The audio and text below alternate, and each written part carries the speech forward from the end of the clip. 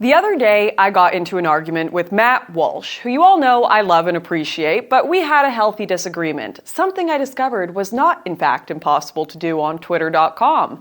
Maybe Elon really is making the platform better after all. Our disagreement was sparked over a leaked message of an Olive Garden middle manager blowing up at her staff, ranting that she was sick to the back teeth of them calling up to take time off from work, and that from now on, if they're going to call off work for a dead dog or something, they better be willing to bring its corpse in to prove it. And I quote, "If you're sick, you need to come prove it to us. If your dog died, you need to bring him in and prove it to us. If it's a family emergency and you can't say, too bad, go work somewhere else." Now, I, along with many others, found this rant to be a little psychotic, whereas Matt Walsh said, "I am on the manager's side, trying to run a business and dealing with a bunch of lazy whiners who refuse to put in even the most minimal effort. People are fed up with it, and they should be." Now, I could meme all over this, but I like Matt, and I also realize there are a lot of people who feel the same way as him. It is incredibly difficult to find young staff today who can actually fulfill basic jobs and show up consistently. I've had friends who have worked in management, I've had employees, and I've worked in both restaurant and retail myself. I understand why a manager in a situation like this would be pissed off, but not this particular manager. I mean, you're fired if you have a family emergency and don't want to get into the details. I'm sorry, but if I have a family emergency, Olive Garden is not going to be my primary concern. The manager also stated she came in after totaling her car and on days that she was sick, implying other people should probably do this too. No, there's no way I'm doing that. In fact, I'm pretty sure working a restaurant job while sick violates health policies. The level of loyalty this manager demands for a minimum wage job at Olive Garden, it's like she thinks she's running a damn Navy SEAL unit. I only have one rule. Everyone fights, no one quits. If you don't do your job, I'll shoot you. That is simply an unhinged position she has. If you're offering a minimum wage job, you are going to get minimum wage commitment. It's that simple. Now, I'm not going full commie on you here. People obviously should adhere to a minimum standard when it comes to work. Coming in on time, not calling out at the last minute, doing the job in such a way that you aren't an active liability. This is all fair to expect. But if you want an employee to be more than just not a liability, if you want them to be an asset, then you've got to offer them a reason to be that. And no, unless it's higher than minimum wage, their paycheck won't do it. Because most companies offer crappy wages, so young people have no reason to be loyal to yours. In our back and forth, Matt disagreed with a lot of my points, kind of stating that it doesn't necessarily matter whether or not people are happy with their work. They have to work to live. And fine.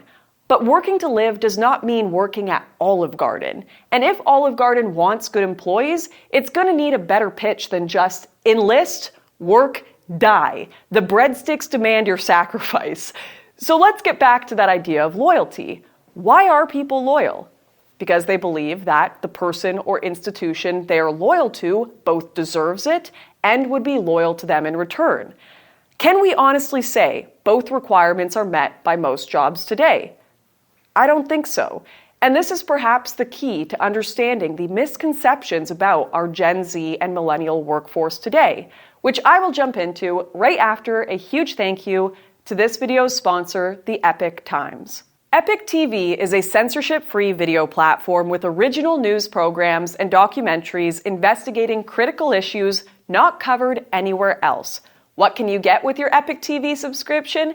You can tune in to new programs every day from Crossroads, The Larry Elder Show, Facts Matter, and American Thought Leaders, all reporting on factual events that you will not find in major news outlets. And my favorite part of Epic TV? Their award-winning documentaries, bringing you first-hand interviews and on-the-ground footage of the most critical matters in society affecting our liberties, health, and safety. One of their must-watch documentaries just released is The Final War, investigating the reality of the Chinese Communist Party's war against America. If you want to see this and so much more in the realm of honest and accurate news, please check them out today. Plus, I've got a special offer for my viewers. Just sign up and start watching.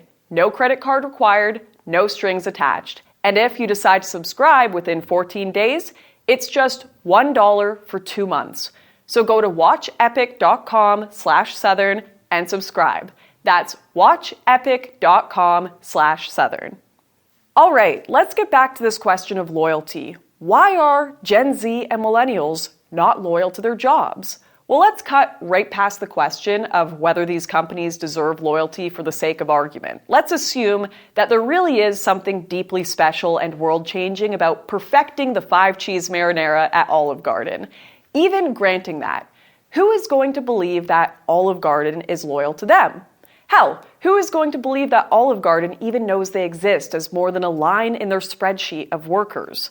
I said before that people should avoid being active liabilities to their jobs. Well, that goes both ways. Employers should also avoid being active liabilities to their employees. Yes, an employee should show up on time, but an employee also shouldn't have to beg on their hands and knees for a family emergency day off. A happy employee, a functional employee, is a better employee. And an employee who thinks you trust them as opposed to breathing down their neck constantly is a happier employee. How many episodes of Undercover Boss are there where the CEO pretends to be an employee only to turn around and fire the manager for being an overbearing, mistrustful, petty tyrant? There are too many.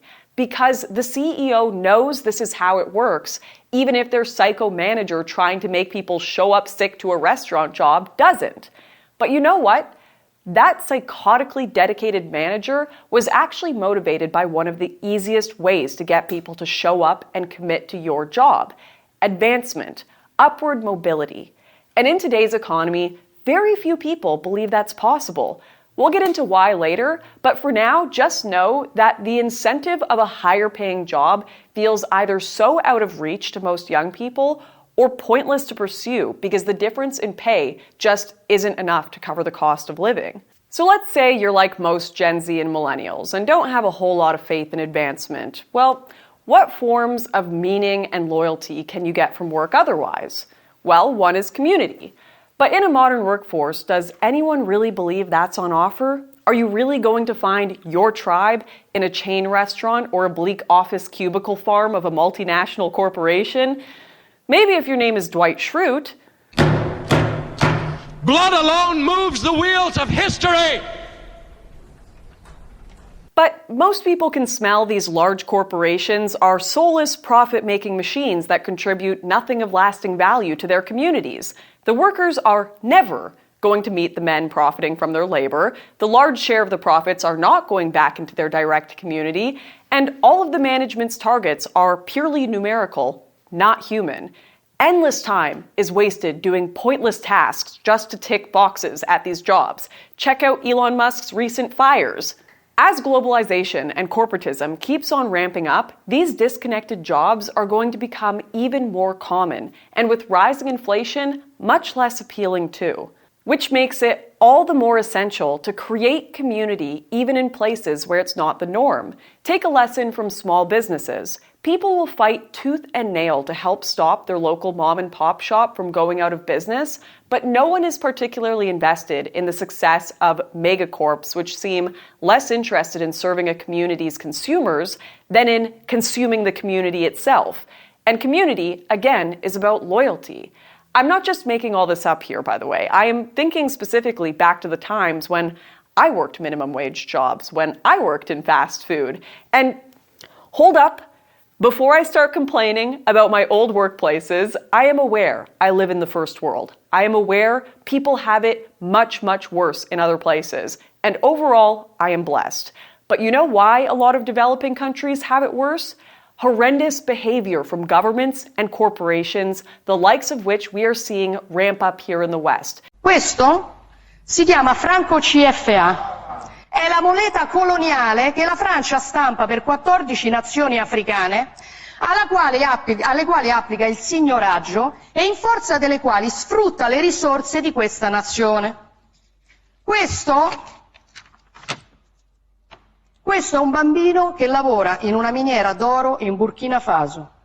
Il Burkina Faso è una delle nazioni più povere del mondo, Per il Burkina Faso, che ha l'oro, la Francia stampa moneta coloniale. In cambio pretende che finiscano nelle casse del tesoro francese il 50% di tutto quello che il Burkina Faso esporta. L'oro che questo bambino si infila in un cunicolo per tirare fuori finisce per lo più nelle casse dello Stato francese. Allora la soluzione non è prendere gli africani e spostarli in Europa, la soluzione è liberare l'Africa da certi europei che la sfruttano e consentire a queste persone di vivere di quello che hanno. So forgive me if I want to talk about it before it gets that bad here, but let's get into it. My first week was training week. So your shifts are like an hour and a half to 3 hours long each. The pay I was receiving barely covered my gas to get to work. Then they hit me with the double whammy where they said in order to work here, I have to purchase grease-resistant non-slip shoes. And to add insult to injury, I had to buy them from the company brand new for $90. So 3 shifts into my new job, and I not only had not made any money, I had lost money. You can't advance by losing money, unless you work in government. So there goes upward mobility, though they weren't kidding about the grease being a problem. It was disgusting. I had breakouts all over my skin from it. And as for community, maybe I could have found that, if anyone spoke the same language, but this was at the start of the mass migration craze in Canada, which was supposed to be about diversity on paper, but in reality was just about securing labor at cheaper prices than Canadians were willing to offer, and with no way to negotiate because of a language and power barrier. So I was one teenager in a crowd of 40, 50, 60-something people who were only working these jobs because their English skills were lacking, and no one cared to teach them because having slaves, I'm sorry, employees who can talk back and advance in the West is bad for business. So there goes the loyalty that would come from community. Now, what about other forms of meaning? Was I somehow making the world a better place at this job? Well, I guess by contributing so much to obesity, I was helping to fight overpopulation and continuing to help the Canadian healthcare system get its kill-death ratio up, but that obviously wasn't much solace. All of which is to say, by the time I left that fast food job, I think I would have preferred cleaning out stables, literally shoveling shit, to spending another day getting barked at in the wrong language in grease that was eating away at my body for wages that didn't even exist for the first week. It wasn't even remotely worth it. At least the stable job would have made someone's life better, even if it was only a horse. And I didn't choose that example by accident. I chose it because I know what some members of the older generation would say to this, because I hear it every time my dad and I get in debates about this. God bless him, I love you, Dad, but you're wrong on this. He'll always tell me, Lauren, I hauled manure for $2 an hour when I was a teenager, and you didn't see me complaining. And you know what? Yeah. Hauling manure is more physically demanding than a fast food job. I've cleaned stables a few times myself in my life, but it is infinitely better for you psychologically. You're getting a workout, which fights depression. You're getting a sense of accomplishment from doing something hard. Hauling shit is literally an antidepressant by this metric, whereas the fast food job I mentioned earlier basically made me want to myself. And speaking of wanting to Canada myself, let's talk about the time I worked for government. Remember when I said you can't advance by losing money unless you work for the government? Well, that was too optimistic. It turns out government facilities have worker quotas, which means that they have to have certain numbers of workers around, regardless of whether they can actually use them, which means they have to invent jobs for people to do. Just one of the jobs that was invented for me to do was elevator assistant in a building with, drumroll, 3 floors. And throughout my 6-hour shift, I maybe had one person an hour use the elevator, and the elevator shut off after 5 minutes of no use. So I literally sat in a dark room doing nothing and making next to nothing for my employment. Again, less physically taxing than hauling manure, but less psychologically taxing. You try sitting in darkness for 6 hours because no one actually needs you around, and you know it, and you'll be begging to go back to the coal mines. But the coal mine is closed because of green policy, which means most young people only have the option of working jobs like this.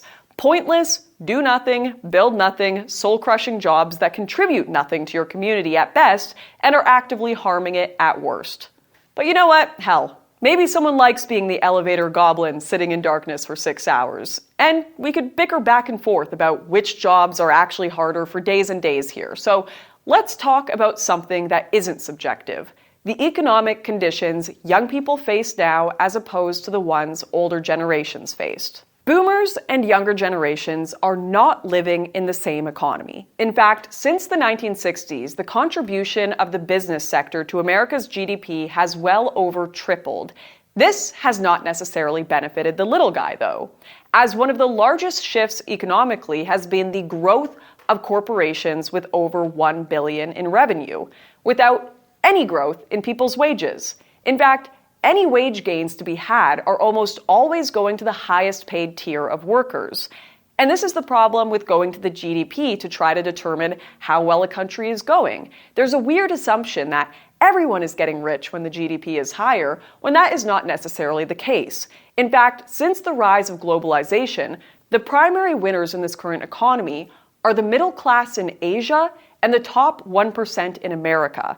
Meanwhile, the Western world's lower middle class have been the biggest losers in this whole ordeal.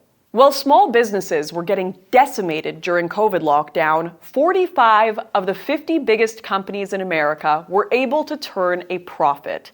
And the majority of those firms did it by cutting regular citizen staff and giving the bulk of said profits to their shareholders. Again, what does this do to people's sense of loyalty? People know that these companies they work for not only are not loyal to them, but aren't even loyal to the country, which is demoralizing and makes people want to pick up pitchforks no matter what libertarians say, who, for some reason, seemingly always want to defend a crony system of corporations getting repeatedly bailed out using our tax dollars. But anyways, if you're a young person today and want to escape the rungs of lower class society, you work these jobs because you have no choice. Because the only other option is taking out even more extortionate loans for an education that you are probably failing because you barely have time to study or do homework when all of your off-campus time is being used sitting in a dark elevator or flipping burgers getting paid next to nothing. All this effort, of course, put in just to discover when you finally graduate with your 4-year degree, you'll only be paid around $50,000 annually on average in Canada and the US. And all those jobs are in cities with sky-high rents, meaning you'll probably never own a home. Quick pause. I know you're probably screaming at your screen right now saying, Lauren, what about the trades? I had to add this part after because it is a huge conversation. Yes, trades are an incredible career path for young people, but they are not the end-all be-all solution to our economic and employment woes. They're like the Shire of employment. And Mordor is the government expanding terrible policies. Conservatives say retreat to the trades, as if the other 80% of the economy doesn't need to be addressed, and as if the trades aren't already being plagued by the same bad policy making impacting every other job. Every tradie I talk to says government red tape is constantly impacting their employment and expansion of their trade, and the potential for more wealth among younger generations. Green energy policy as well is shutting down plenty of trade work and high-paying labor jobs. Not to mention, those incredible 6-figure salaries for large machinery operation and the like are not necessarily every person in a trade. The average plumber or electrician is typically making the same amount as the struggling bachelor degree holder today. Hence why just earlier this year, carpenters were on strike in Ontario because their wages simply were not scaling with inflation, and the Carpenters District Council stated their members were having trouble paying for housing, groceries, fuel, and simply putting food on the table. And must I mention the truckers here in Canada and what was done to them? Well, I would absolutely recommend getting a trade over a degree any day. Many jobs, even those in the trades, have been severely impacted by political meddling, inflation, and our cost of living crisis, and telling everyone to retreat into 20% of jobs in our economy does not really solve the overall problem we're in. This simply was not what the boomers had. According to one report, millennials are earning 20% less than the baby boomers at the same stage of life, and hold a lot fewer assets. Simultaneously, the cost of living is skyrocketing, only compounding this problem. This is despite the fact that a far greater percentage of millennials have gone to university, with it being almost a necessity to get an average paying job these days. As a result, even more of them are burdened with the costs of higher education than ever before. And for those of you in older generations that may ask, well, why couldn't they just work harder throughout college to pay for it? Not worry about this debt later. Well, according to my calculations, me being Forbes, for someone going to college in America in 1989, you would need to work full-time on minimum wage for 12 weeks in the summer and then work 23 hours a week the rest of the year while going to school, around 1,400 hours total. This would just about cover tuition, other fees, and rent on campus. If you try and do that now, the same math works out to around 2,500 hours needed, the equivalent of a whole full-time job and another part-time job, all while juggling college work. It simply can't be done. So millennials are now stuck, and Gen Z, I suppose, in one of the most depressing economic situations we have seen in a long while, and are offered going into more debt as their only escape from the lower rungs of society. Is it really a coincidence young people are the most depressed they've ever been? And Gen Z, quite frankly, is going to have it worse than anyone. According to a study this year from Consumer Affairs, today's teens and early 20s adults have 86% less purchasing power than boomers did at their age. That is absolutely insane. It is no wonder quiet quitting is the hottest new trend, and kids would opt for digital achievements over real ones. Their Fortnite bucks may truly be a better investment. The government are making our money worthless, and so young people are taking on the old Soviet mantra of, they pretend to pay us, so we pretend to work. If you lived in arguably the greatest time of prosperity in history, where a good, secure life was not exactly guaranteed, but not completely out of reach, I can see how you could push yourself through life and pull yourself up by your bootstraps, right? I've joked many times now that boomers before had it easy. Hell, I've even written a book pointing the finger at them for the breakdown of civilization, but let's be fair. Boomers didn't have it easy. They just had a different set of problems than we have now. It was a struggle. You couldn't just laze about and have everything handed to you on a platter, though the hippies certainly tried and somehow still ended up owning houses, boats, and companies. But let's be fair, most of them probably came from money to begin with. But since I've brought up hippies, let's chat about them, because you know what's funny? The silent generation actually wrote a ton of articles and studies about how boomers were the laziest, most entitled, consumeristic generation in history. And if you hear that and go, well, of course, it's the boomers, then let me quote to you from Socrates, of all people. The children now love luxury. They have bad manners, contempt for authority. They show disrespect for elders and love chatter in place of exercise. Children are now tyrants, not the servants of their households. They no longer rise when elders enter the room. In other words, every older generation feels this way about younger generations. A meta-analysis of over 70 separate studies have shown that there really is not a generational work ethic difference. It's an age work ethic difference. The youngest generation are consistently the least dedicated to the system. Only today, Zoomers and Millennials may actually have a better reason for their lack of dedication. Those reasons being a feeling of total unattainability of any sort of stability, no matter how much they invest in their work.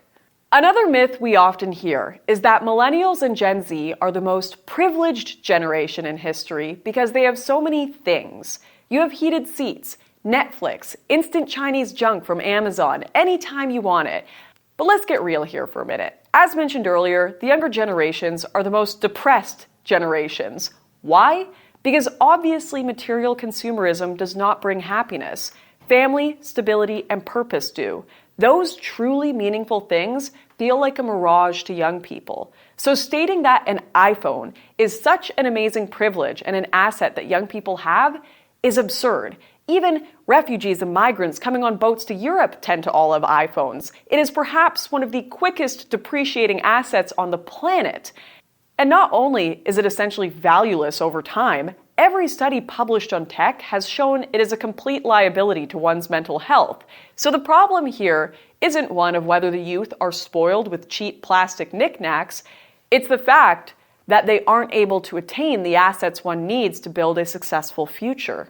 If you're a boomer who's watching this and ever thought to yourself, those damn lazy kids, just know that so many are still trying, punching in their clock to scrape by. As mentioned earlier, there really isn't a difference in work ethic generationally.